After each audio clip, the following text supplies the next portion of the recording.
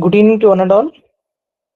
Myself, Dr. M. Sriramachan, the coordinator of online AICT Training and Learning Atal Faculty Development Program on Disaster Mitigation and Resilience, a framework for future infrastructure.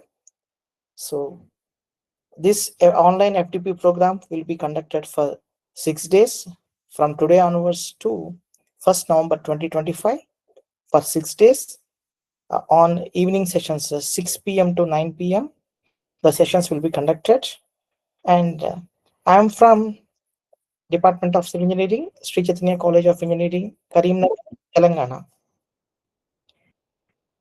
So let me thank our management, our principal sir, our R&D dean for giving us a great opportunity to apply for Atal FDP program and getting the approval from AICT.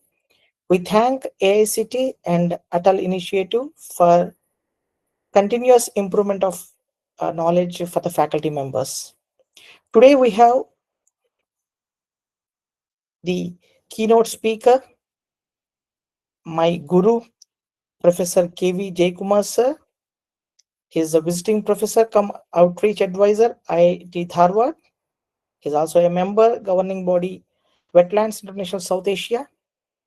I thank Professor K.V. Jaykumar sir for being with us, accepting our invitation, and he accepted our request, and he is ready to deliver the keynote lecture for this online FDP program. Coming to the topic, disaster mitigation and resilience, a framework for future infrastructure. This is the thrust area where a proper management is required for the disasters. So in the coming 6 days, we will learn a lot about this one. Before starting of the session, I request our team research and development Professor Mahesh Kumar Parwal sir to address the gathering.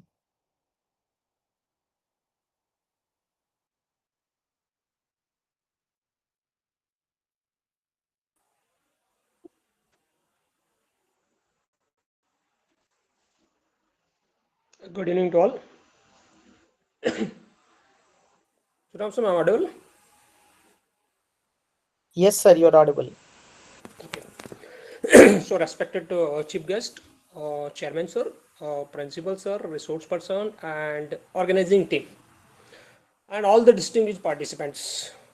It's give me immense pleasure to address you all on the inaugural function of the AICT Atal FDP program, organized by our civil engineering department. First of all, I extend my sincere thanks to AICT and Atal Academic for their continuous effort towards enhancing the quality of technical education in our country by providing this wonderful platform that we are going to call as the Atal program. The Atal scheme, as we know that it has been one of the most visionary initiative by the AICT. Why? Because it is nothing but aims to empower the faculty member with the latest knowledge, technology skills, and research oriented and practical exposure across all the branches of engineering and technology. So we are it's almost giving the approval to all the branches and on different areas and different topic based on the latest technology. It is truly commendable how AICT has created opportunity for educators and academicians to stay updated with the new technologies, interdisciplinary ideas, and the national priorities in the higher education by having this platform. As a dean of these institutions, I feel proud that our civil engineering department has taken this initiative under the Atal scheme under the guidance of the Sri Ram sir, that head of the department.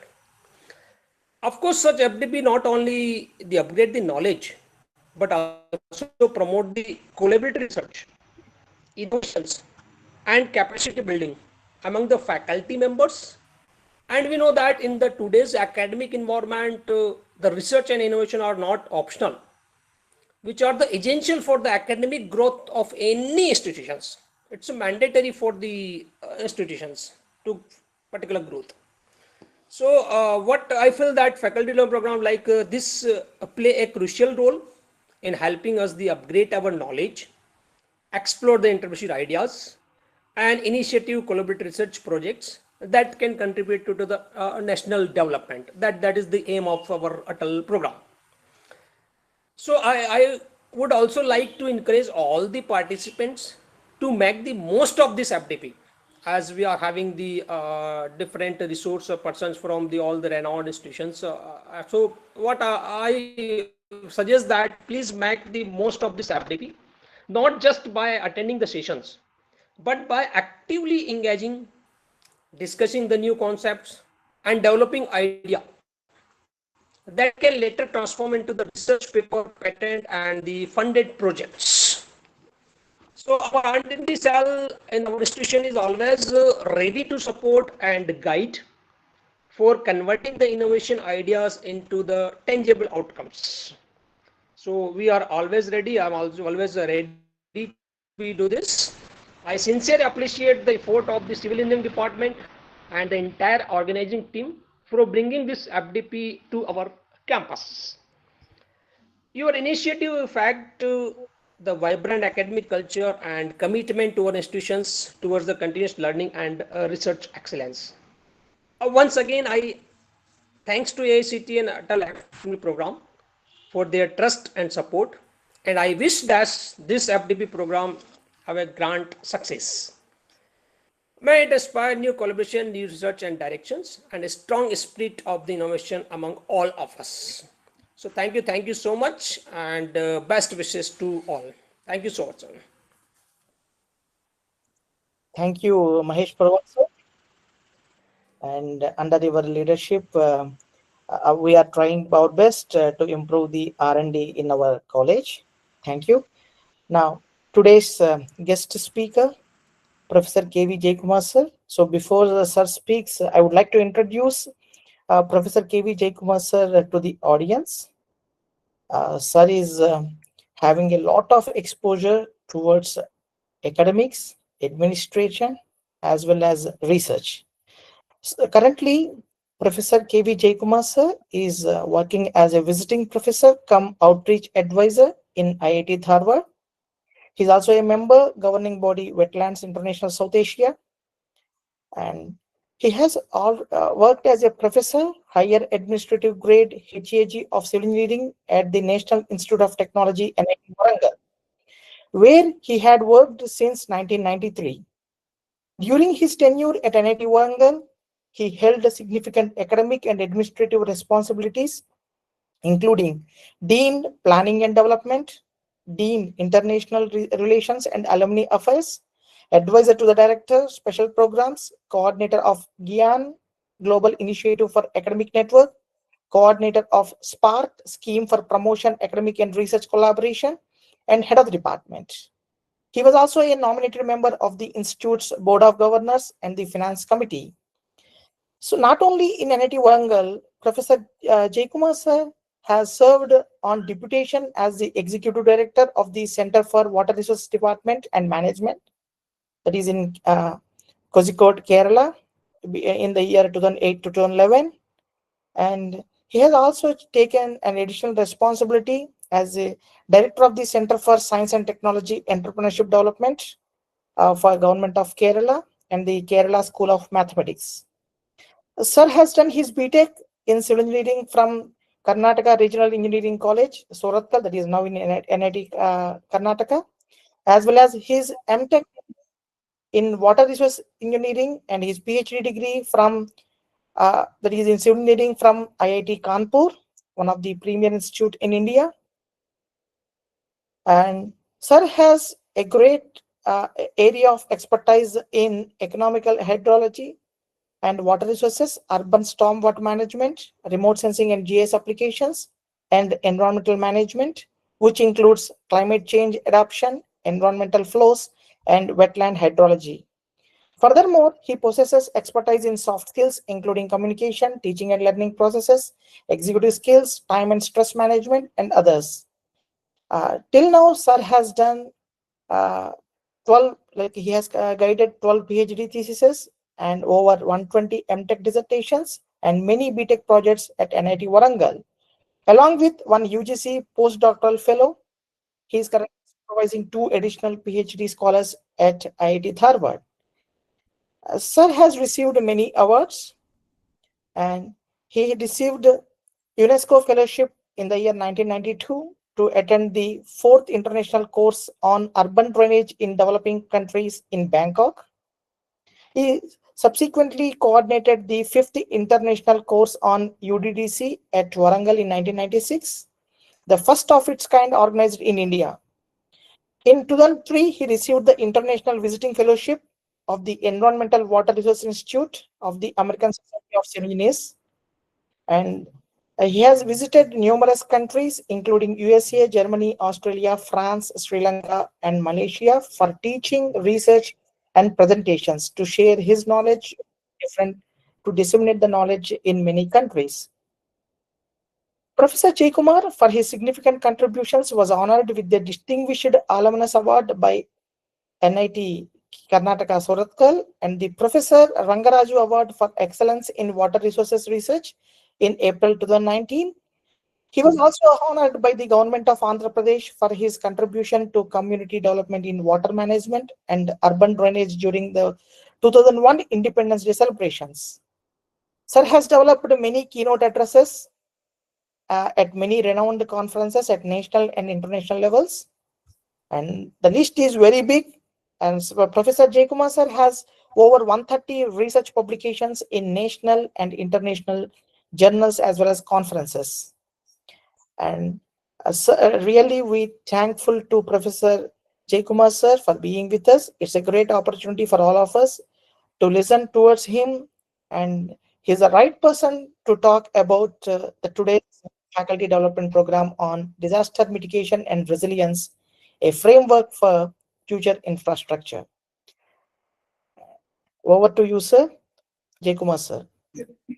Thank you, Dr. Sriram, Professor Mahesh. I'm a teacher by choice. I joined for teaching. I was wanting to only be a teacher, and probably I'm successful as a teacher as well. And this subject, disaster mitigation, is also very, very close to me. And the reason being, I was in Sri Lanka in the year 2004, November, December. I was there till 22nd of December. I just reached India, and next day we had a tsunami. First time we heard the word tsunami was in December 24, 2004. I just came one day after the tsunami had struck, and lots and lots of talks were going on about tsunami everywhere. We started National Disaster Management Institute, started in India. National Disaster Agency started in India. State disaster management agencies, and we started working on flood mitigation, etc., etc. So that said that, in fact, I started a course on disaster mitigation at that time in NIT Warangal. So open elective for all the departments. Very popular, about 150 students attend that course. And I had the privilege of talking about that course for a long time. Anyway, the disaster has been with the humankind ever since civilization started. Something or other is happening. Now, at this time, I should also know the difference between disaster and hazard. Disaster is when a human being is involved. Hazard is when no human being is involved. Let's say there's a big building, nobody's inside, the building collapses due to earthquake, then it is called a hazard.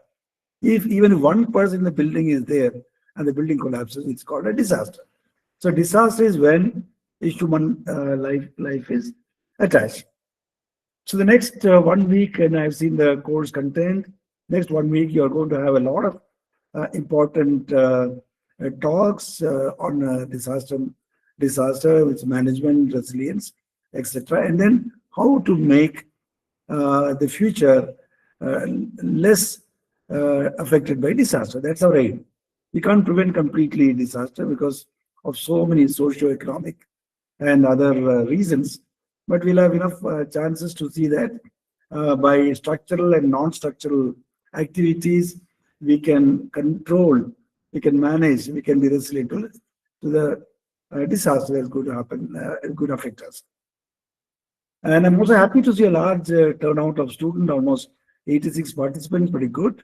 And I only wish that this 86 continue to attend till the last day, because this Atal program expects all of you to attend that program if you have to get a certificate. So You'll see that every lecture is attended, and then take notes, and then apply for projects from ANRF scheme or whatever scheme. Money is available today. Plenty of money is available in for research. About 50, 20 years back, when I started my career, getting 5 lakhs from government of India was difficult. Today, people get crores. The number of projects sanctioned every year is about 100. Now we got 500 under each heads. So much of projects are possible to get now. And there is a lot of money in R&D where you people should apply right type of projects. And they are very liberal in giving funds to the many colleges. So all of you who are maybe research scholars or who are the young faculty should try to get funds from whatever source of government of India, and try to build up your research career and then do well.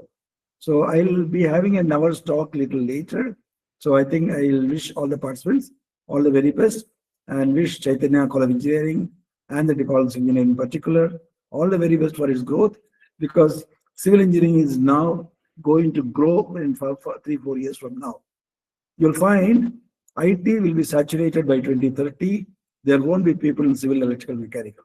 So the government of India recent report says the software will be saturated because every college wants only software. What we require, a developing country like India requires a very strong infrastructure engineers in civil, electrical, mechanical, hardcore engineering, and those who are joining and now are going to have a tremendously wonderful future. And those are civil, electrical, mechanical. I would like to inform you that the syllabus for civil service exam in civil, electrical, mechanical has been revised. I was the chairman for civil engineering for revising syllabus of UPSC, and it will be much more friendly now to prepare for the exam, not so tough like others. So let me wish you all the best. Please continue to work and continue to feel young. As teachers, we never get old. We are always young people.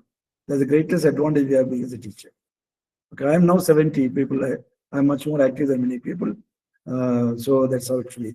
So wish you all the best, and wish Chaitanya and College of Engineering also very best in its growth. Thank you. Thank you, sir. Yes, sir, you are very young compared to us. So at the age of 70, you are very active, and your contribution towards civil engineering fraternity is at high level. So coming to the online FDP program, we have 6 days online FDP sessions.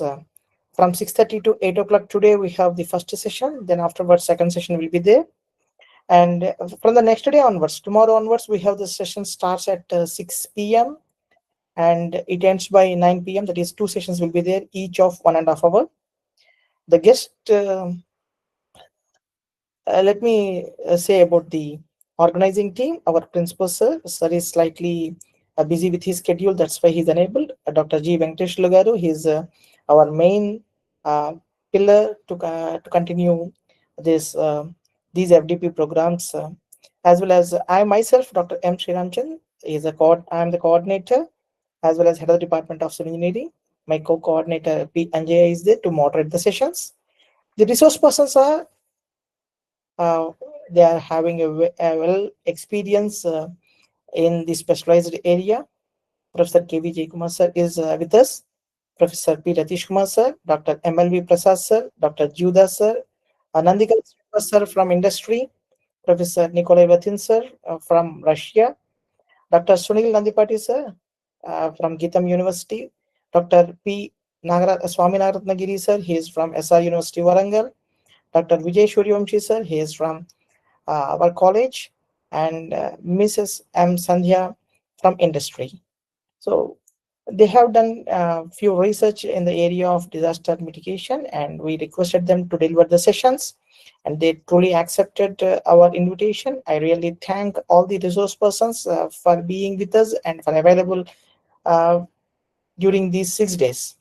So coming to the participants, we have received 153 participants, and out of this 149 got approval for this FTP. I really appreciate all the participants uh, for getting the approval, as well as I request all the participants to be proactive during these sessions. Why? Because during any session, you can pose the question, and our resource persons, they will be available to answer.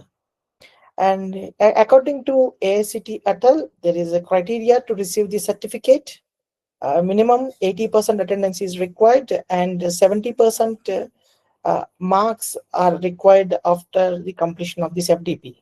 So during the last validatory session, we will be conducting one test during whatever the sessions the topics are covered. So I request all the participants to uh, to make the note of the important topics, and all these things will be coming in our test at the end of the session. So I thank everyone, especially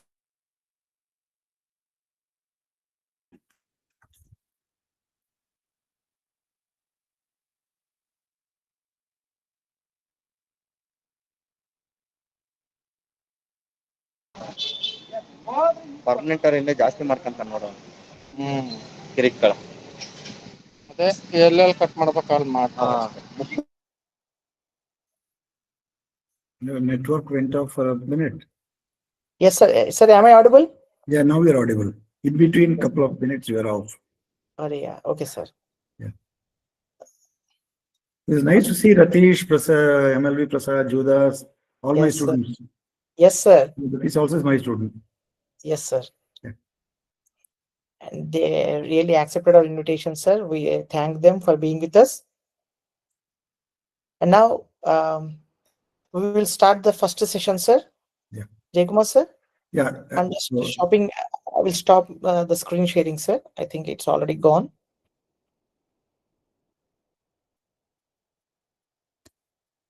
Sir, you can share the screen, sir. Yeah.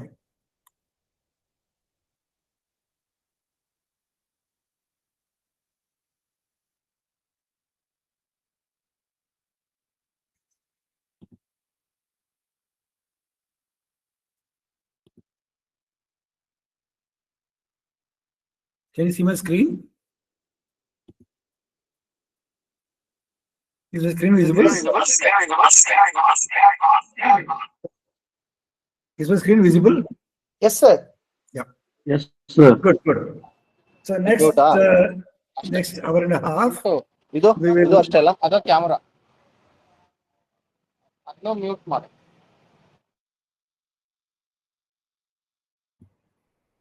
Okay. Yes, sir. You can continue, sir. Yeah, because somebody is talking in between. Yeah. So next hour and a half, I'll give an introduction to disaster mitigation management, and a few, maybe if time permits, one small case study on flood control, which I did long back, which I try to present here. Now, as all of us are teachers or research scholars, we should love whatever we are doing. We should be good at whatever you are doing. We should be paid for what you love and what you are good. And the world needs such people. You find this very beautiful Venn diagram, which I love, where there is the intersection of all these four: what you love doing, what you're good at, what you paid for, what your world needs. That's the purpose of what we're doing, all sorts of things. So what you love doing, intersection of what you love doing and what you're good at is called passion. What you're good at and what you can paid for, the intersection called profession. What you're get paid for, what the world needs is called vocation. And what you love doing and what the world needs is called mission. So anything that we do, we should have passion, we should have professional outlook, we should have vocational outlook, and also the mission mode. Now, we also should understand four important terms: knowledge, skills, understanding, attitude.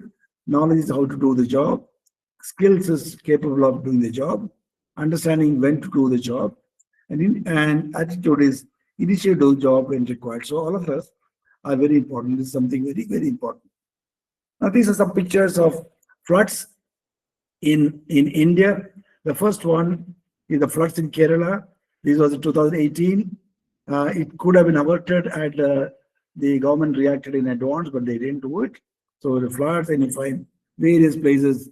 It's a very common thing that you have the roads and urban areas and people walking, and then this is in Mumbai floods, and this is when The water was completely, the dam was full.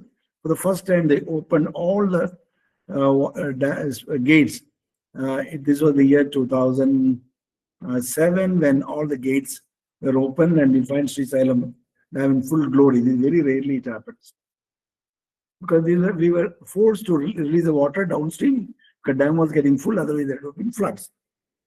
Now this is a flood. This is a flood in Odisha cyclone, the great Odisha cyclone, where the whole area was covered and people had to stay. Although this was the year 2000, and this is in Hyderabad when the floods, the roads are flooded, and you find all those happening. There's another picture of Hyderabad city. This was all pre-2005. And you find landslides. There is a common thing: landslide in Kerala, landslide in Rishikesh, landslide in Mussoorie, landslides in Uttarakhand, in Himachal. All this. So these are all the landslides which are all a part of disasters. Then, if a drought is another important disaster where we cannot grow food, people have to suffer. You find when the water is no water, you also get this, and people sit around wells for collecting water during drought period. This is another important thing that we have. Now, unfortunately, knowing all this, we don't care for water. This is a main water pipeline in a city in Tamil Nadu where a woman is carrying water, going for carrying water, and there's a leakage here, a huge quantity of water. Now you find this is some disaster of earthquake. You also find the buildings collapsing and then the roads caving in. You find another area which is here. Sir आवाज नहीं आ रही है आपकी. Can you hear me?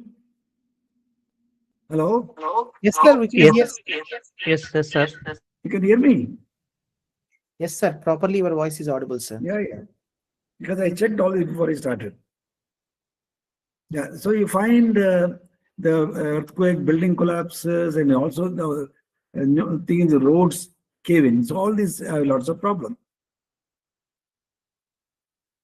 So disaster had various definitions. In fact, the whole literature improved, increased manifold when we post tsunami period.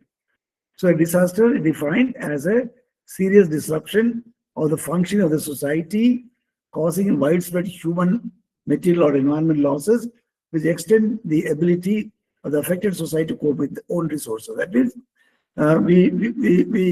we do not have much resources to take care of this. So it's a disruption in the functioning.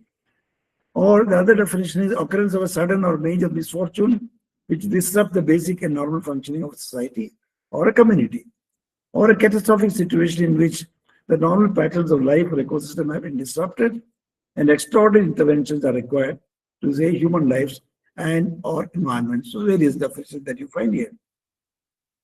Globally, disasters have been mankind's constant, though inconvenient companion since time memorial. The constant companion, but we feel inconvenient. Natural disasters continue to strike unabated and without notice, and are perceived to be on the increase the magnitude, complexity, frequency, and economic impact.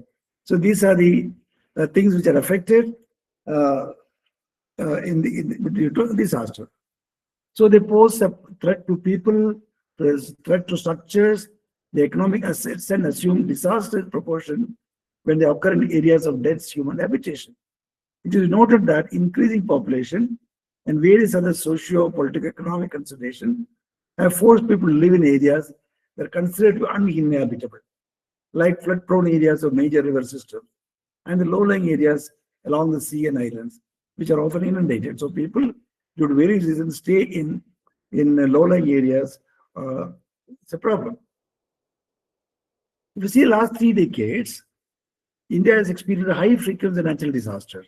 I'm talking about post-tsunami or just pre-tsunami period, primarily floods, cyclones, droughts, and heat waves. Earthquakes were not too many, but these were very common. While the number of fatalities from events like cyclones has been reduced to improve forecasting and response, climate change has worsened the frequency and intensity of hydroclimatic disasters, and economic losses continue to rise. For example, yesterday, the India Meteorology Department gave a warning the 25th October to 20th October, they're going to have flight clones, and many warnings have been given, and it has become true. Orissa, there's a university in Aicte University, Orissa. Their convocation was supposed to be on 29th. I was supposed to go, I just got a message, the convocation is postponed. That means we have better forecasting technology now, due to which the fatalities from some of the events get reduced. 95%, 90% natural disaster and 95% total disaster related to deaths worldwide occur in less developed countries. So I use the word less developed countries because earlier we were using developing country, but today across the world we call there are only two types of countries: less developed or more developed. India was called a developing country, but now we are in a different category. So you find almost 4 million lives have been lost due to natural disasters in this region. This region means in the South Asian countries, less developed countries, and the economic loss due to disasters has increased by a factor of more than 8. That means losses have increased almost 8 times. This is discounted inflation. It could be more to take inflation. Then we talk about risk, because when there's a disaster, there's a risk. Risk is a measure of expected loss due to hazard event of a particular event of a particular magnitude occurring in a particular area over a specified period of time. So risk is a measure of losses. So risk is a function of probability of a particular occurrence and the losses each would cause. The level of risk depends on nature of hazard, vulnerability of the elements which are affected, economic values of these elements. Hazards and vulnerability are two things which are commonly used. An area may be hazardous, it may be vulnerable, so we have to identify such areas. A disaster is a product of hazards such as earthquakes, floods, or windstorm, coinciding with the vulnerable situation, which might include communities, cities, or villages. Without vulnerability or hazard, there is no disaster. So, if we make our areas not vulnerable, then you find disaster can be drastically reduced. So hazard is another definition. It's a phenomena that pose a threat to people, structure, economic assets, which may lead to disaster. They could be either man-made or naturally occurring in our environment. A natural hazard pertains to a natural phenomena which occur in proximity and pose threat to people, structures, and economic assets caused by biological, geological, seismic, hydrological, or meteorological condition or process in the natural environment. So you find the 4 kinds of hazardous events that put societies at risk. So those based on nature, that is earthquake, droughts, floods, those based on violence, war, armed conflicts, physical assault, etc. Those based on deterioration, declining health, declining education, and other social services, environment degradation, etc. Those based on failings of industrialized society, factory explosions, fires, gas leakages, transport pollution. So these are the four things: nature, violence, deterioration, and failings of the society. So if also find the extent of damage depends on the impact, the intensity, and characteristics of the phenomena, and how people, environment, infrastructure are affected by the phenomena. The relation between hazard, disaster, and vulnerability is generally represented in the pressure and release, or a diagram called trench diagram, which I'll be showing it later. Vulnerability is defined as an extent to which community, structure, service, or geography area is likely to be damaged or disrupted by impact of particular hazard on account of their nature, construction, and proximity to a hazardous terrain or a disaster-prone area. So susceptibility and vulnerability to each type of threat depends on the respective differences and characteristics. Now, just to show you some picture, this is pre-tsunami period. You find this is only in India. From 1990 to 99, I collected this data, and you find number of floods. You find so many. Then each year, so many floods, so many cyclones, hailstorm, earthquake, etc. So you find these are all in numbers. The total are in numbers. So huge amount of human lives lost due to natural disaster. I took this period because this is one of the worst period in our history, and things changed after that because the Disaster Mitigation Agency came and a lot of things changed. So that's a type of loss that is disaster brings. Then if you think recently, these are really recent record, in 24-25, India recorded 3,080 deaths from natural disasters, the highest in a decade. And between past 10 years, we see these are highest in a decade. The previous year it was 2616 deaths in 23-24.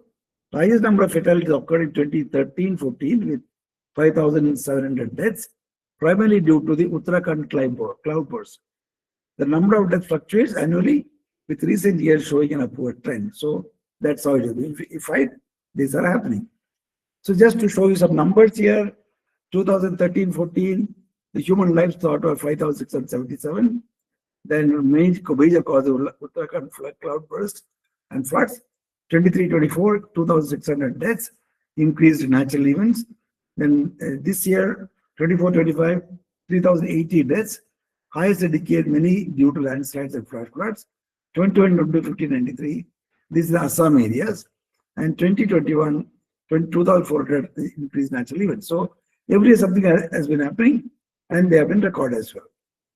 So these figures can vary based on the source and the specific reporting period. For instance, the National Crime Records Bureau reported an average of 7,500 deaths per year due to natural disasters between 2018 and 2022, including deaths from lightning and unspecified issues. So data is available for most of the world. So you see what are the various types of hazards. I use the word hazard because, as I told in the beginning, the moment it's a disaster, it's a human life is killed. Hazard becomes disaster when human life is killed. So I call all of them hazard. It can be disaster if somebody dies. So if an earthquakes, what is at risk? Weak buildings, their occupants and contents, machinery, infrastructure, and human lives. Weak building could be earthquake, non-earthquake resistant buildings. Floods, everything located in floodplains, crops, livestock, machinery, equipment, infrastructure, weak building and their content, people and local economy. Then volcanic eruptions, anything close to volcanoes. In our country, we don't have, fortunately. Crops, livestock, people, combustible roofs, water supply. Landslides, many parts of India are affected. Anything located at the base of a steep slopes or roof cliffs, and infrastructure, buildings on shallow foundation, human lives, crops, and vegetation. So these are the general things that we have. Then type of vulnerability, you got physical vulnerability, refers to physical location of people or elements at risk, building infrastructure, and proximity to hazard. Example, people are only vulnerable to floods because they live in flood-prone areas. If people are not living in flood-prone areas, they are not vulnerable. So in spite of government asking people not to stay in flood zones, they still stay because they know their place. So this type of vulnerability refers to a technical capacity of the building and structure to resist forces acting upon them during a hazardous event. That's physical. Now, if you look at South Asia means countries like India, Pakistan, Bangladesh, Nepal, Bhutan, Sri Lanka, etc. These are the world's most vulnerable to both man-made and natural disasters. So you find that a lot of very poor people, rampant and unplanned urbanization. In fact, urbanization is so fast here. Chronic malnutrition and high population densities have trapped us. There's a common saying that in South Asia, you can set your clock by the rhythm of floods. The four seasons arrive and depart in tandem. The four major kinds of natural disasters: floods, earthquakes, cyclones, and droughts. That means your season arrive and depart when these things do happen. Then, since time immemorial, natural disasters have destroyed the human, social, physical capital of South Asian countries. The region recorded 15 out of 40 major disasters in the world during 1970 to 2000. Disasters have completely disrupted the normal lives, but have also stopped development efforts. The funds earmarked for new initiatives were transferred for relief, response, and rehabilitation works. So you find that's one of the reasons why India is called a developing country, because we try to develop and something happens, suddenly one floods come, a disaster come, the money is again diverted to supply relief response, rehabilitation work. So we are always what you call a developing country. And you also find, so we have to be disaster preparedness, from relief to mitigation towards a culture of disaster mitigation. So disaster development have always been dealt separately. The disaster development should be taught separately, together. No possible linkage between the two were understood or foreseen till recent times. Disasters were taken to happen vacuum with no relation with social, economic, and institutional context. As a result, the course of action was always emergency management and relief and welfare orientation. So we have to be prepared. This is very important.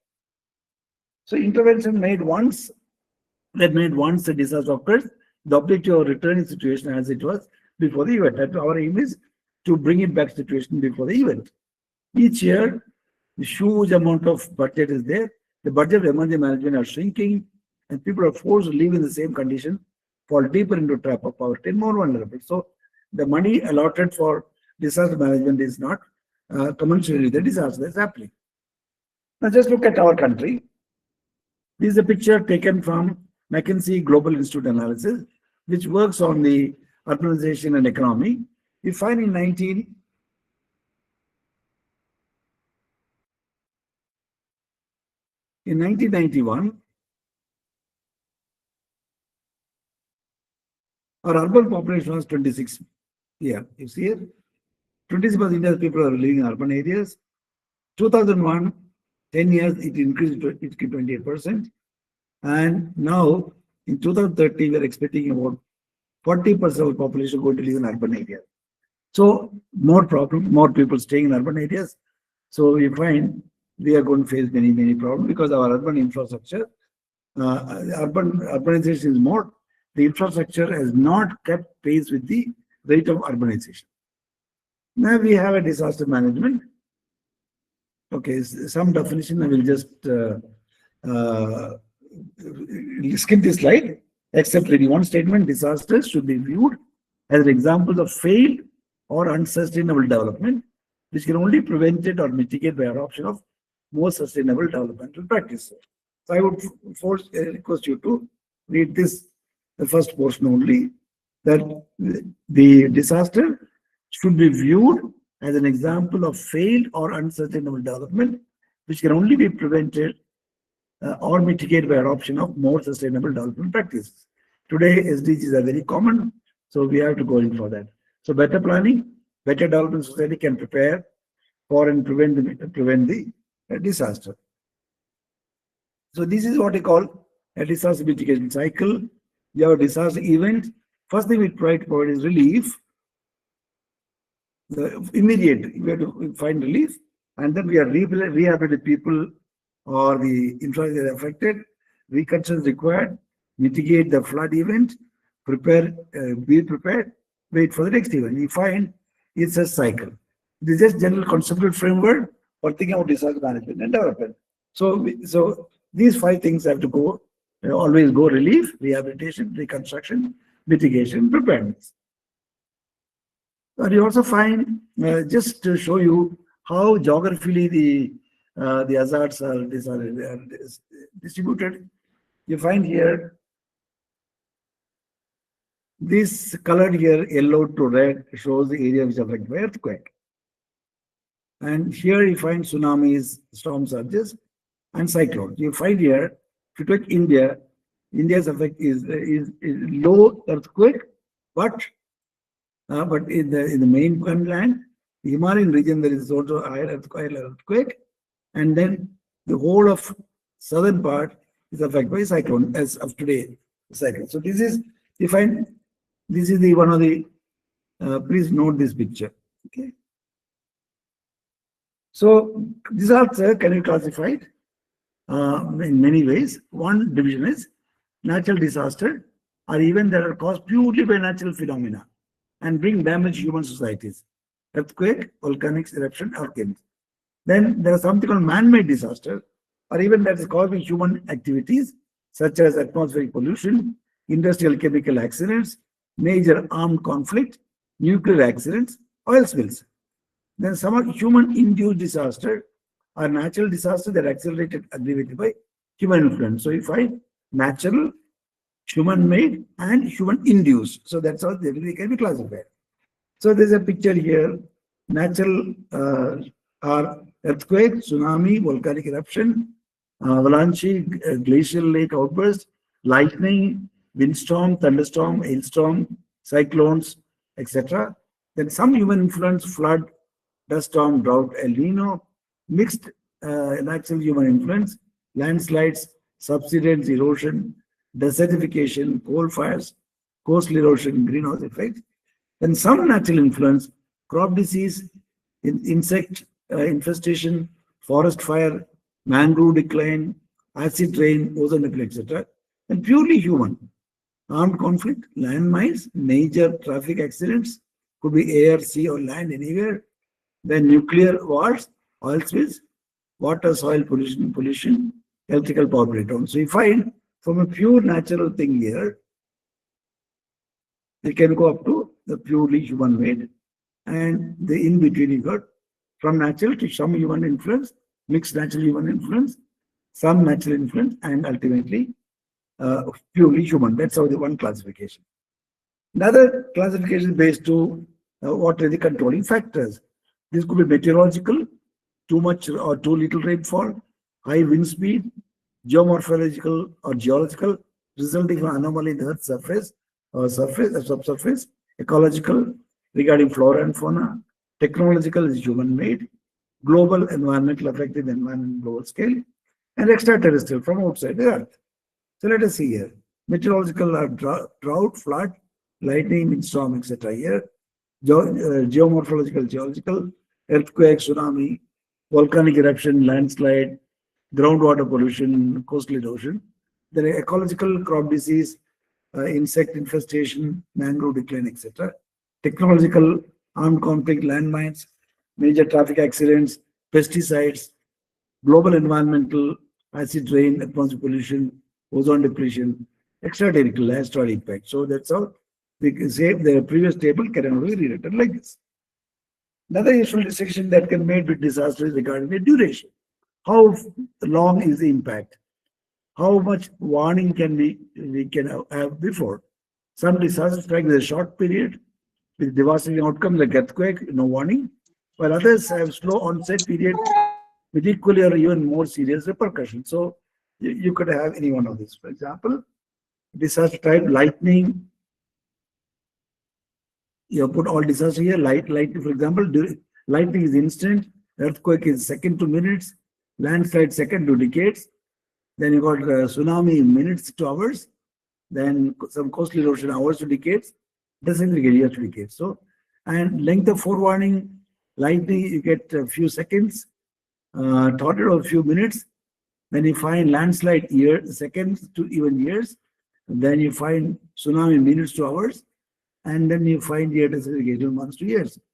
And frequently, how often?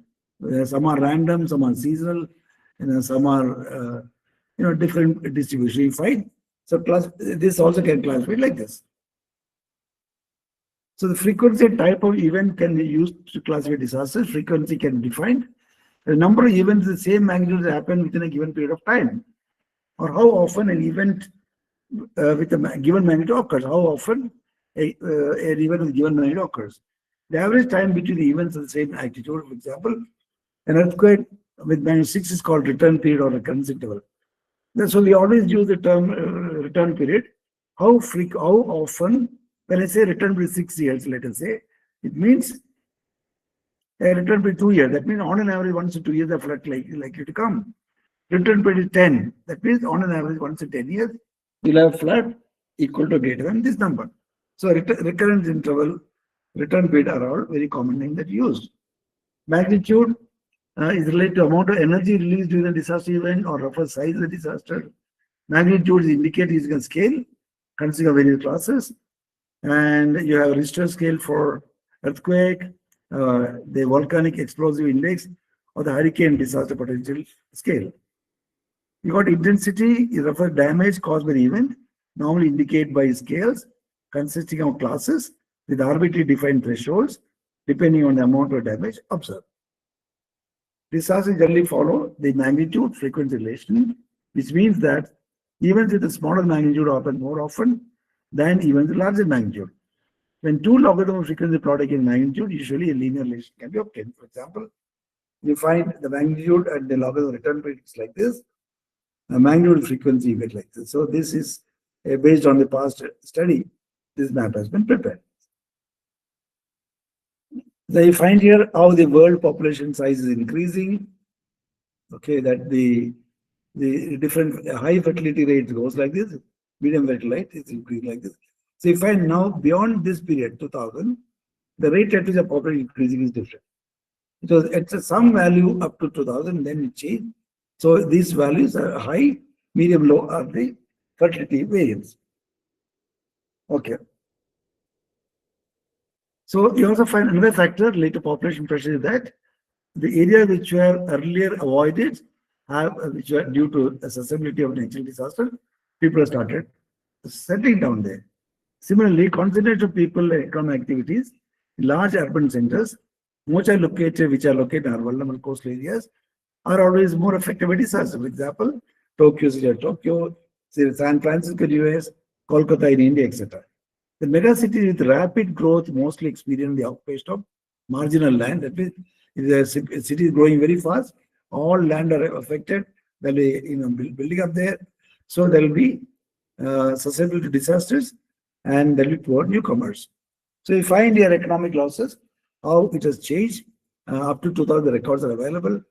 So you find the economic losses are increasing like anything. The blue color is the economic losses you find. They have been increasing like anything. And the trend is always increasing trend. And this number of natural disasters, before 1997, you find earthquake with storm flooding and warning. So the impact is compared per continent. That means you find Australia, excluding Australia, can you conclude that Asia, America clearly dominate the various categories due to high population figures and the high frequency of event. That means number of the disaster occurring in Asia and America are very, very high compared to other places.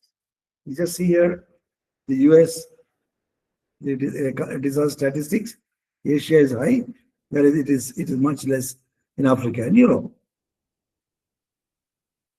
Okay, the damages are less severe in developing countries with strictly limited resources. Like in very, very poor countries, the damages they are less.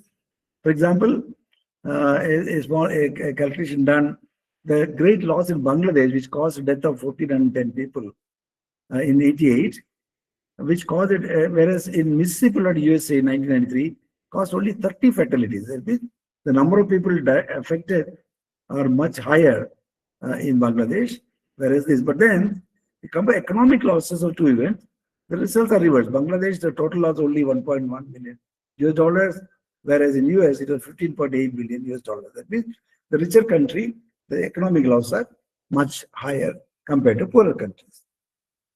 So you find, I given a website here, I'll share this with you. You find weekly information about disaster are available on this particular website.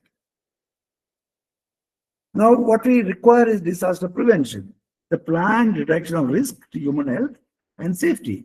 This may involve modifying the causes or consequences of the hazard, the vulnerability of the population, or the distribution of the losses. So here, we have to have these following activities. One is hazard assessment. Determine the type of hazardous phenomena that may affect the area, their frequency, their magnitude, and representing on a map which area is likely affected. So you always prepare a map. For example, when the capital city of Amaravati in Andhra Pradesh, which later had some problem initially because of the three capital theory, etc., by the next political party. We had the first inundation map was prepared by for that area. We prepared from Warangal the flood inundation map of the Amaravati capital. So this is prepared. Then you have to also assess the vulnerability. What are the type of losses which will cause to population, losses to buildings, loss to infrastructure, loss to economical activities. Then you have to assess the risk. How many lives are likely to be lost?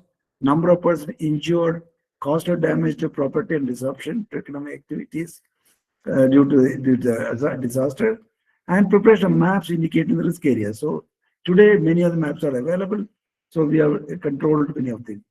Then you have to have zoning, restrictive zoning, implemented risk maps in development plans, and then see that people do not stay in dangerous areas, removal of unsafe structures, then informing potential the people who are in the by a site that these are hazardous, so and including insurance policy of real estate. Then you have to give protective engineering solutions. So this is very important protective engineering solution. The construction of engineering works to protect the elements at risk from potential disaster event. For example, dikes, flood walls, slope stability works, erosion control works, cyclone shelters, etc. Then you have to informing the population, public information, education on hazards and risks are very, very important. Then the building codes are now they've been revised, many other building codes. The definition of standards for construction of buildings and infrastructure so that they can withstand a disaster event of a certain magnitude intensity. Today, our codes are very, very strong. For example, there were earthquake-resistant building codes or the construction of houses on poles in frequently affected areas. These are all available now. Then we have to prepare for disaster so that people can be evacuated, protected, or rescued as soon as possible. So basically, we are getting it prepared. It involves the following activities. One is you have to prepare a disaster plan. So all government departments must know a coordination with all emergency services, government organizations, and public, establishing an organization for emergency operation. Then you have to anticipate damage to critical facilities, which areas like affected. For example, the construction of several disaster scenarios in which damage to critical facilities like main roads, hospitals, building of emergency organization, etc. is anticipated, and consequences are evaluated. Then you have to do the damage inspection, repair, and recovery procedure. So this is a post-disaster mitigation. Then communication control center, excellent communication is required now here during and after disaster with all emergency services, press, and government. Make sure there's enough equipment and that equipment will function after the event. Then you have to have a disaster training exercise, training of personnel of disaster management services, rehearsal of a disaster plan with all people involved. Then prepare evacuation plans. So where people say, in fact, today if you see the coastal Andhra Pradesh, a lot of shelters are there, circular shelters, where up to 205 people can stay during flood evacuated. So it has been done in the past. So we have to establish safe sites for disaster shelters, evacuation routes, and the preparation of evacuation maps in close cooperation with the population. Then you have to monitor the development through with the disasters. Then you have to inform and train the population. Forecast, warning, prediction of disasters are all very important. Then first thing is you have to provide relief. Provision of emergency relief and assistance when it is needed, and the maintenance of public order and safety. It involves activities such as rapid damage assessment. You will prepare a list of survivors, what is happening, and implement a disaster response plan. Then establish communication infrastructure. Evacuation, very important, setting up shelters. Then provide food and medical supplies. Because at this time, many of the diseases spread like anything. It's very important to spread provide medical supplies. Maintaining public order, avoiding of looting. In fact, these are people start looting, making sure no fake victims arrive from other parts of the country. See, this is a very common thing when something happens. A lot of fake victims come from other part of the country, then claim compensation. And then mass media coverage, very important. Arranging logistics for visiting reporters, organization of press conferences, avoiding bias in news coverage. So tell the right one. Then you have to, a lot of international agencies are ready to give us funds. So you have to coordinate with international financial aid to get the right material, right moment. Coordination, scientific and mission. Don't just take things, just dump. You have to take the right materials on the right moment. For example, in a summer, something goes wrong, we should not get blankets. Right? This is all very important. Rehabilitation, reconstruction is very important. Something goes wrong, you have to rehabilitate people because they lost their livelihood, they have lost their houses, and you have to reconstruct so their community functions can quickly be made to work again. They can subdivide it into short-term rehabilitation activities and longer-term reconstruction activities. Then repair the buildings which can be repaired, or if the buildings are very bad, demolish them. So this is based on a detailed damage census. Structural engineer decide which of the building can still be repaired and which one will have to be demolished. That's where the civil engineer come into picture. Then you define the areas of reconstruction, the areas that have been severely affected by the disaster, to evaluate in detail, to establish the reason for destruction, whether it's due to natural types or due to construction type. Recommendation should be given whether or not to rebuild in the same area. So this is very, very important. Then you have to plan the reconstruction, obtain necessary funds for the construction, reconstruct the area, return of surveyors to the area, people have to go back to the place, planning and reconstruction of improved buildings and infrastructure. Have a improved disaster management plan. So redefine hazard and risk maps, redefinition of building standards. The reconstruction phase also involves an important aspect of evaluation. The disaster mitigation, preparedness, and relief activities should be critically reviewed. What have we done? Whether anything or left from this, what should be done in the future? An explanation should be given as to why, despite all disaster mitigation efforts, houses that are constructed according to official building codes still collapsed. It's a very important thing that's happening. All the houses are constructed all following all building codes, but still collapsed. Or why? There are areas affected that were not indicated as in this map. This will be a new phase of adjustment of disaster mitigation and preparedness plans. Now let us talk about the flood mitigation for a short period. Urban flood management in developing countries is mainly related to lack of flood control in the early stages of urban development, institutional regulation, law enforcement, capacity building, and public cooperation. Please remember, in a country like India, it rains only 60 to 90 days in a whole year. If you actually count the number of rainy days, it does not cross 90 or 100 in any year. So all our drainage system in the city are running full for 100 years, this 60 to 100 years, 100 days. But then what happens after that? There is no rain. All the drains are filled with garbage. And in the month of April, March, April, May, the entire drain is full of garbage. And suddenly in June, July, rains come. The drains don't have capacity because filled with garbage. And then the urban floods happen.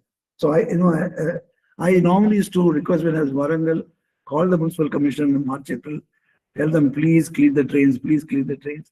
It would start raining, so we do it on a regular. Okay. So the flood control evaluation should be done in the basin. So it should be done not for a short location in a city, but for the entire city and a basin. So urban scenario should take into account future city development. Okay? Whenever we talk about urban flooding, should also think how the city is going down in the future. And the flood control measures should not transfer flood impact downstream, giving priority to source control measures. That means you have a lot of source control measures are required. The impact caused by urban surface wash and other factors related to urban drainage should be reduced. More emphasis should be given to non-structural measures for floodplain control. That will flood zoning. Like you say, this area likely flooded, don't stay here.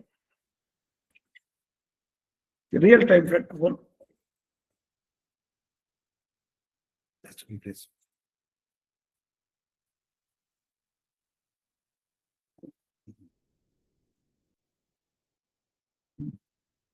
So we should have flood zoning. That means a city with the area which are likely to flood every year. See that people don't stay there. And then real-time flood control is very important. Then they must also be given to the inference also must be there. Then management of control starts with the urban drainage master plan. So master plan must be prepared, which is implemented in the municipality. Then whenever they prepare anything, involve the public. Public participation in urban drainage management should be increased. Because many of the public know these things very well. Now, some of the beautiful flood control measures, like in so completely providing impervious road. By the side of roads, you have such places where water can get collected. And this is a very important method of natural, methods of reducing floods. See, for example, here we grow, so all the soils also get deposited, and this we call as a vegetated open channel. let it be there. It catches all these sediments, and then this many of the urban area becomes safer. See, for example, here you have a picture of ground, a porous surface, grass, etc. Here, the water will get infiltrated into the ground. Now, I'll show a small case study which I did long back in the river Godavari at Bhadrachalam. This work was given to NIT Warangal long back, and we did the study how to move people in the quickest possible time when there is a flood. And Bhadrachalam is a chronically flood-prone area, and this place also there's a very well-known Sri Ramchandra temple, and Godavari is at the narrowest width at Bhadrachalam. The river takes a sharp turn at that particular place. So we wanted a lot of data. So we collect the topographic data, the roads, the river cross sections, the settlements, etc., from the survey data topo sheet. The flood pattern from observing the close contour information, satellite data during floods, ground observation. Then from the district handbook of statistics, we got a socioeconomic data, and we use ERDA's Imagine software and ArcInfo GIS for developing the evacuation model. So you look at this. First time we started, you find here where Godavari is flowing here. Take a sharp turn there, like that, and this is the Bhadrachalam town. So take a sharp turn. The Godavari is very narrow here. You can see it is very narrow here. It's very broad here. So it's the narrowest place. So a lot of water comes, the water level will rise, and because it's very sharp turn, water level will go up. And there are certain, these areas are flood inundated areas, and here you got forest areas. So this is a map. We got a satellite map. We use this map to do that. From the map, we extracted this valley. For example, you see here, this blue color is the river, and these places are where people stay. There are a number of settlements along the river where people stay. So both sides you find the settlement. We went to each settlement, found out how many people are staying there, and this is, of course, this is above the flood level. You find this. So this map was prepared from the satellite map, and with actually visiting the site. Then we actually saw, we assumed that at different water levels, what can happen. For example, when see here there is a different levels here. The inner 63, the highest water level, normal water is around 40 feet from the datum. So when water is 63 feet, it becomes problem. So when 60 feet, what happened? All these areas which are green here, they're all affected. All these are underwater. When the water is 63 feet, now the red color is 63 feet. 70, when the water is 70, it is that. And these small settlements are available here. So when we, by raising the water level at different places, we know how much area will be affected, what are the people living there, and then we prepared the evacuation plan map. So we found the routes. There are two important shelters. One is this temple there. Temple itself can use a shelter during floods. And there is a school on the other side. And we also saw the condition of the road.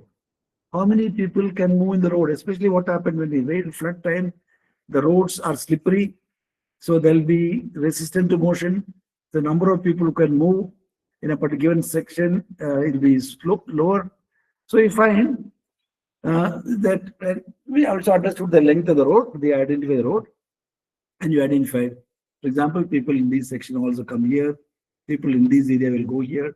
So, and in the places where the people go, you put enough food, clothing, etc., stored for 15 days.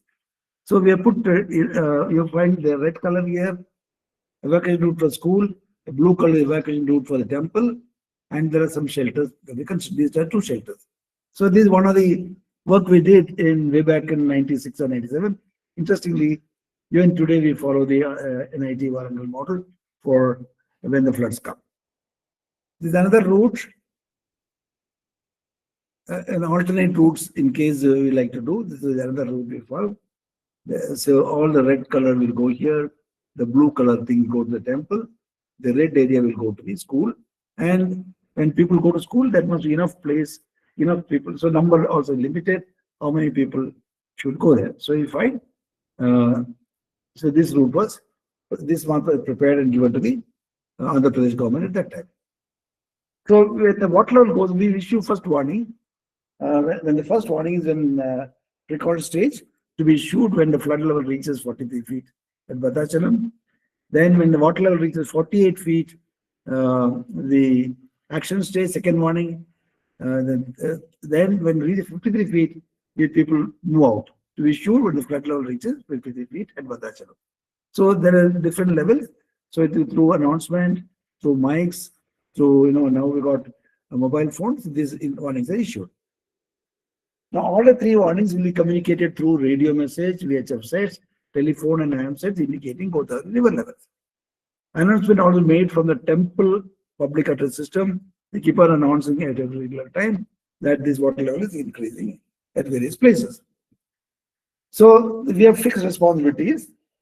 The district administration, the police, the revenue officials to supply essential commodities to the relief camps. The public health hygiene department will shift all electrical motors of Bhadrachalam water supply and keep all oil engines to uninterrupted chlorinated water supply. The hospitals to be ready with the requisite medicines, fire officers to render appropriate assistance, use of country boats, etc. So these are all fixed at that time. Now another work, this is in Polavaram. If Polavaram dam breaks, what happens? It's a very interesting project, recently declared national project here. So this is what happened when Polavaram, we prepared this map was prepared, Polavaram dam break problem. So that is the view of the Polavaram dam site is here. And you find the Bhadrachalam downstream. So these are the picture that we got. And the Polavaram, the catchment is around 5,040 square kilometers. So this is what happened when the dam break, the villages which are likely to be inundated. So this also is prepared, and this is already available with the concerned revenue department. These are available. So normally when a dam breaks, this dam may not break, but then we always have to do a dam break analysis whenever we do some studies like this. So here we find, if the dam breaks, what should we do?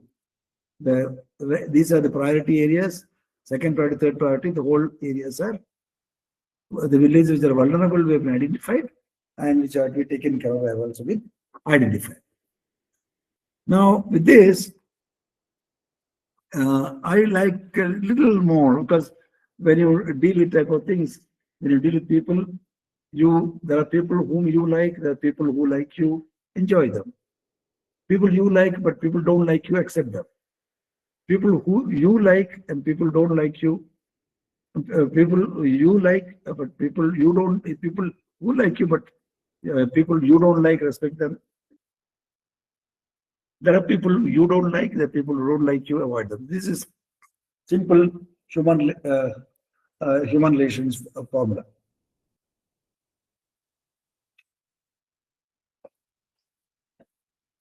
And in all these activities, you must have a high level of integrity, high level of motivation, high level of honesty, high level of innovative methods, high level of sincerity, hard work, leadership and inspiration are required in any disaster management. All these characters have to go, and you have to immediately think at various places. Now, just to give you an idea about the water resource of the world, this map was prepared in the year 1999, before we entered the millennium. In this map shows how much water is available for the whole world. So look at India, the light color shows no shortage, dark color shows there is a lot of shortage. So if I 1950, India this color, light color, no problem. When you got independence, then we did a lot of activities, our population increased, industries increased, it became darker, and the same trend continues today. You see, the whole area is black in color. That means starting from Bangladesh to India to Pakistan to Afghanistan to Iran, Iraq, the Gulf, and the northern part of Africa, are supposed to be having catastrophically low amount of water. That means less than 1000 cubic meter per head per year. That is called catastrophic low amount of water. This map was prepared in the year 1999, which is not accepted across the world because this map was prepared based on average. For example, if you say average of 0 and 10,000 is 5,000, that's how it's taken. It's not acceptable. This map was revised to this map, and you find here part of India is in red color. It extends to the African, the Pakistan, Afghanistan, Gulf countries, Iran, Iraq, the Gulf, and the northern part of Africa, and then the southern part of Africa is red color. Red shows there is physical water scarcity. That means there is no water available. And then the blue color shows there is economic water scarcity. There is water available but no money. And yellow color is economic water scarcity. You find a whole of, South America has that problem. Whole of Australia has this problem. This again is not accepted. It's again revised in the year 2005. Now you find here in India, the central part of India has got physical water scarcity. The coastal part of India has got economic water scarcity. And you find this is the same case for many parts of the country. So if red means no water, China is in that category.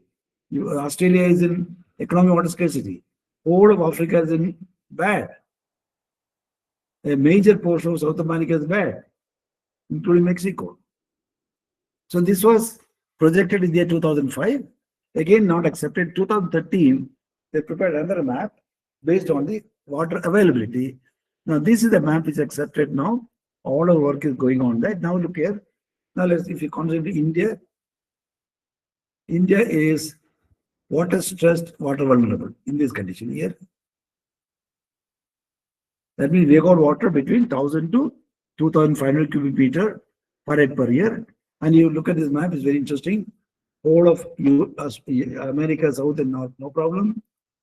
Whole of Australia, no problem. Russia, no problem. Major part of Europe, no problem.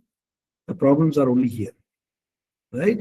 So these are map now accepted across the world to understand the availability of water, and we'll have to take care of water.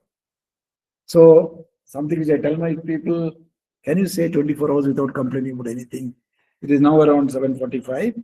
Till tomorrow 7:45, don't complain about anything and say it's fine.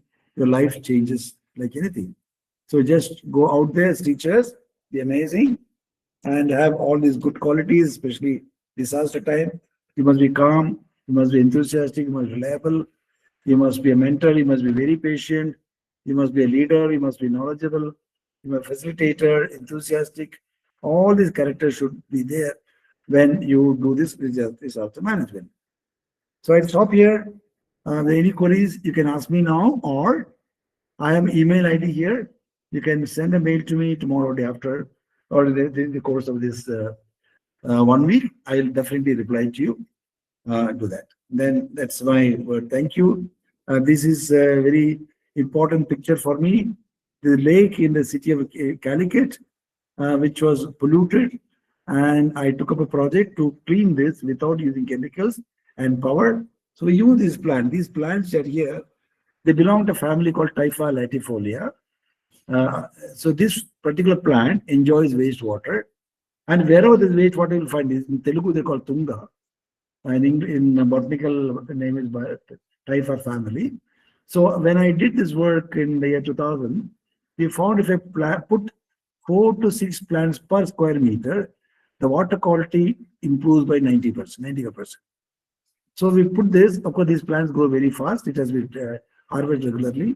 And one lake in city of Calicut was cleaned, and I got a national award for that particular work, which has been replicated elsewhere. Thank you so much.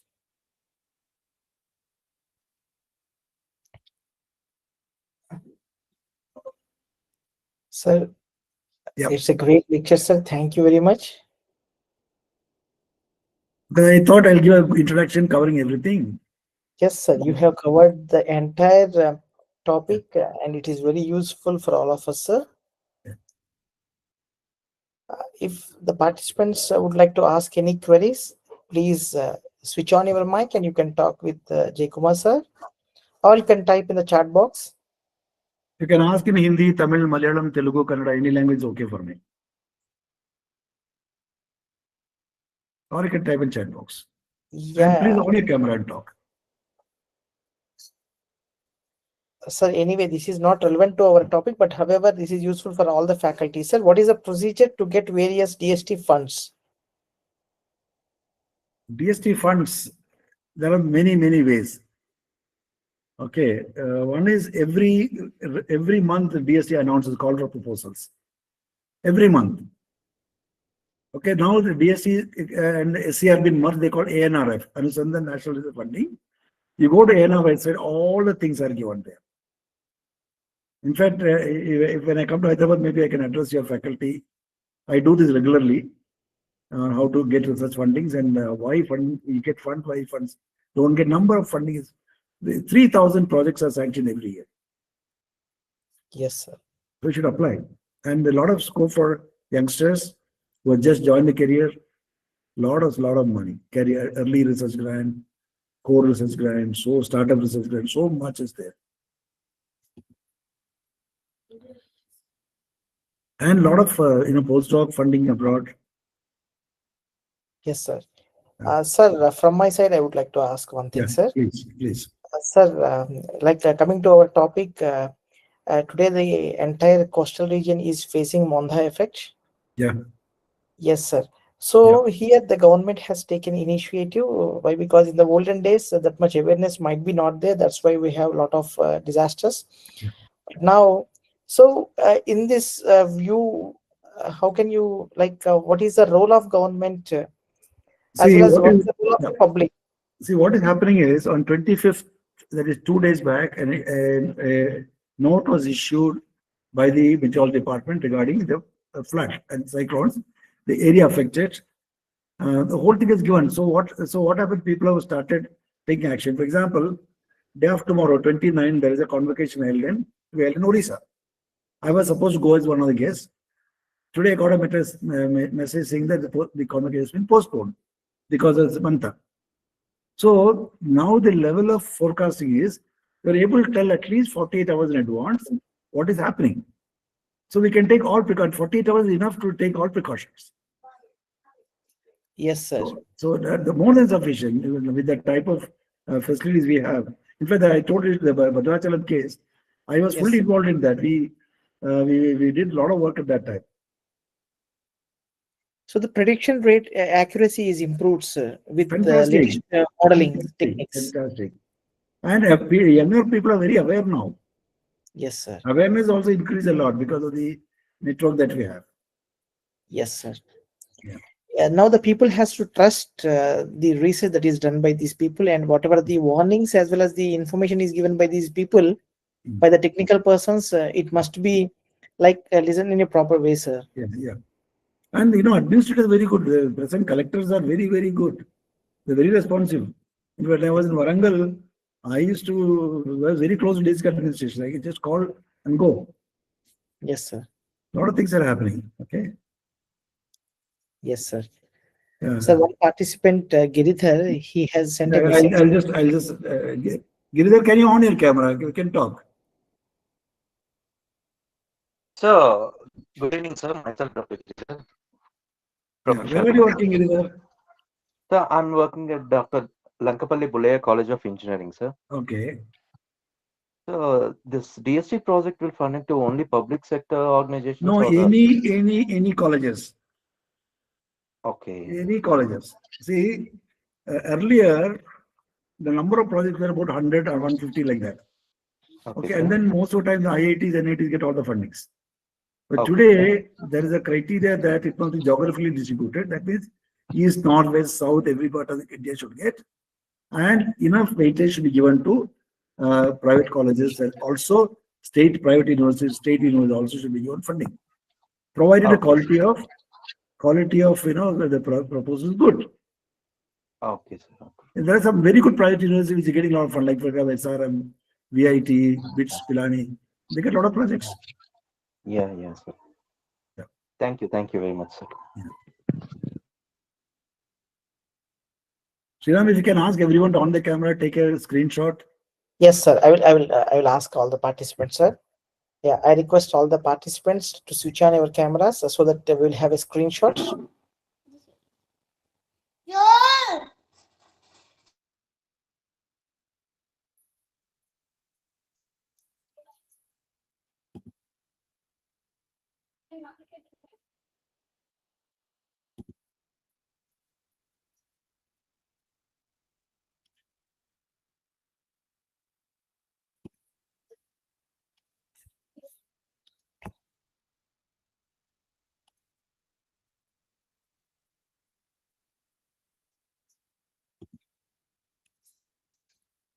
I put a lot of information in a short time. So maybe I speak fast. That also is there. You're recording it, right? Yes, sir. I have recorded, sir, and I have streamed. Live streaming is also done, sir. Okay. I Good. have shared the same thing to our participants. Okay. Share the same thing to you also, sir. Later on. Thank you. Thank you. Yes, sir. I'm just taking the screenshot.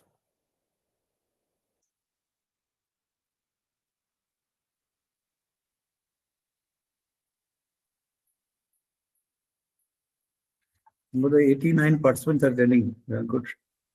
Yes, sir.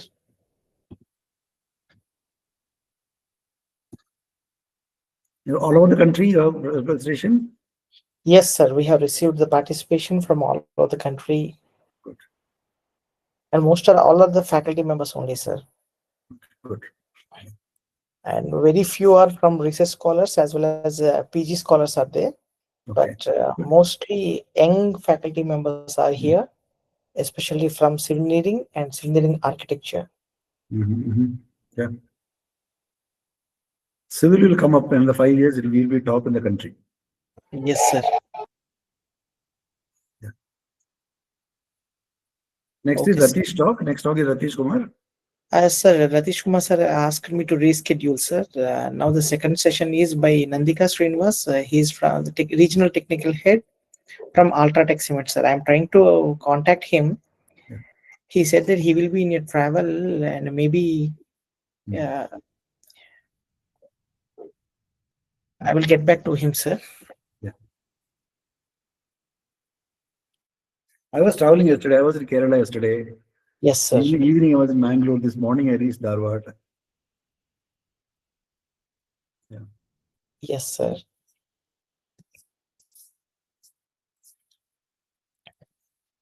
Tomorrow we have session from Dr. Judas, sir. Okay. He's now in USA. I know.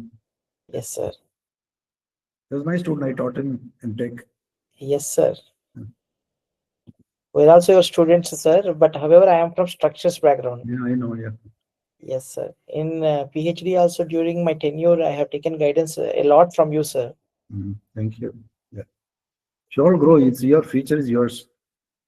Yes, sir. And definitely I will invite you, sir, to our college. It is in Karimnagar, sir. Okay. I'll be coming day after tomorrow. I mean, I'll be there till 10th in Hyderabad. Okay, sir. In the meantime, yes, sir. We'll see. We'll fix it last week of November or December. Yeah, definitely, sir. Yeah. Definitely, sir. A full day session arranged for a faculty and students. Yes, sir. Would be useful. Good. The attendance is good. I'm really happy so many people attended. Yes, sir. I request the participants to fill the Google form for session 1 attendance. Anyway, we have automatic attendance system also. I have your email ID will be recorded along with your name. Our co-coordinator is taking care of it to note down the names. Yeah, I just see a lot of good people, Maharashtra, Bihar, Karnataka. I request the participants, we have few minutes of time for the next session. Yes. If anyone is interested, please interact with our Jaykumar sir. He has given a lot of time with us. 5:50, I was already online with you. Yes, sir. Yes, sir. You are on time, sir. Just I was waiting for the participants. Why? Because they have to complete their academic schedule. Maybe Yeah, after somebody from 5 Kerala p.m. they also, you have have to leave their somebody. homes. Yes, sir. You have somebody from Kerala also.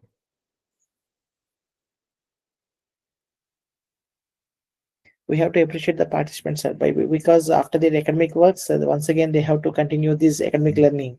Now, last week I gave something on IKS, Indian Knowledge System, organized by Sri Ram College Engineering, Delhi, SRCC, Sri Ram College of Commerce. Yeah, okay, sir. That was an Indian Knowledge System. Yeah. Good. Share the photographs, screen stage. Yes, sir. And I will do it. I'll upload on LinkedIn. Yes, sir. Definitely, sir. I'm quite I will active share. on LinkedIn, if you notice. Yes, sir. Yes, sir. I have more than 10,000 followers there. It's a big number, sir.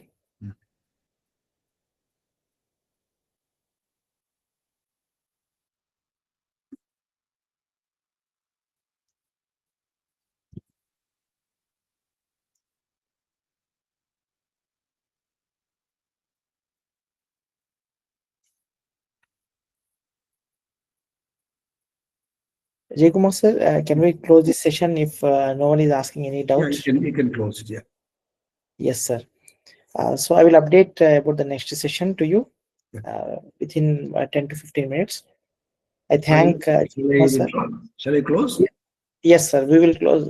I will end the call, sir. Why? Because I will once again rejoin the call after asking the second session speaker, sir. So best wishes to Sriram. Thank you, sir. Thank you very much. And we wish that in future, you personally will help us to personally grow as well as for the institutional growth, sir. Thank you, sir. Dear participants, I have shared the link once again.